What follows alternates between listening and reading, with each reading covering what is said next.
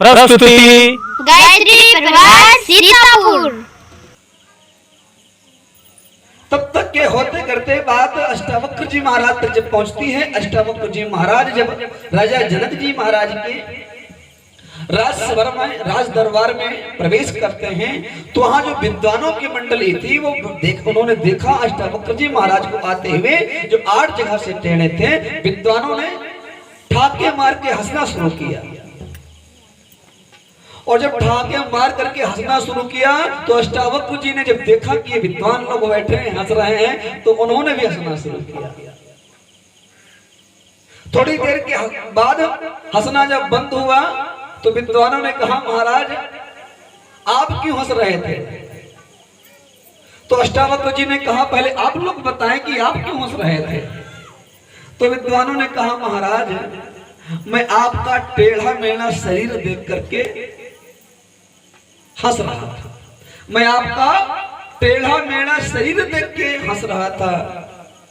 तो अष्टावक्र जी महाराज ने कहा, मैं तुम लोगों की मूर्खता को देख करके हंस रहा था। तो विद्वानों को अगर कोई मूर्ख कह दे तो आपने मूर्ख कैसे कहा? तो अष्टावक्र जी महाराज ने कहा, मैंने सुना है कि विदेह राज जनक के यहाँ ब्रह्म ज्ञानी जो जनक हैं उनके यहाँ परम विद्वान लोग रहते हैं।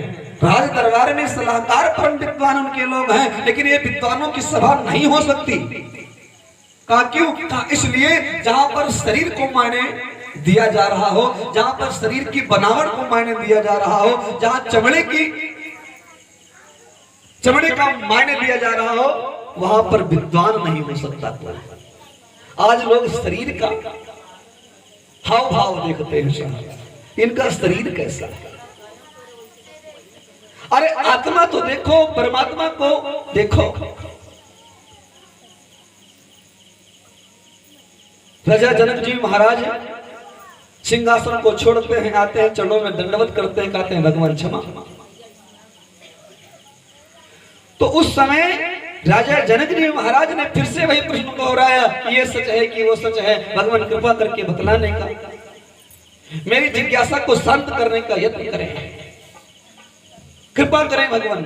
तो अष्टावक्र जी महाराज ने कहा, राजन न ये सच है न वो सच है,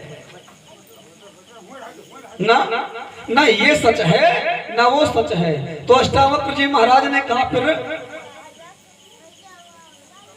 तो राजा जनक जी महाराज ने कहा, भगवान फिर सच क्या है? तो अष्टावक्र जी ने कहा कि सच केवल परमात्मा है। कहा वह उमा अनुभव अपना और सत हर भजन जगत सब का सपने वो होए भिखारी नप रंख नापति होए और जागे हान न लाभ कछु जिम प्रपंच कर दो। प्रस्तुति गायत्री परिवार सीतापुर।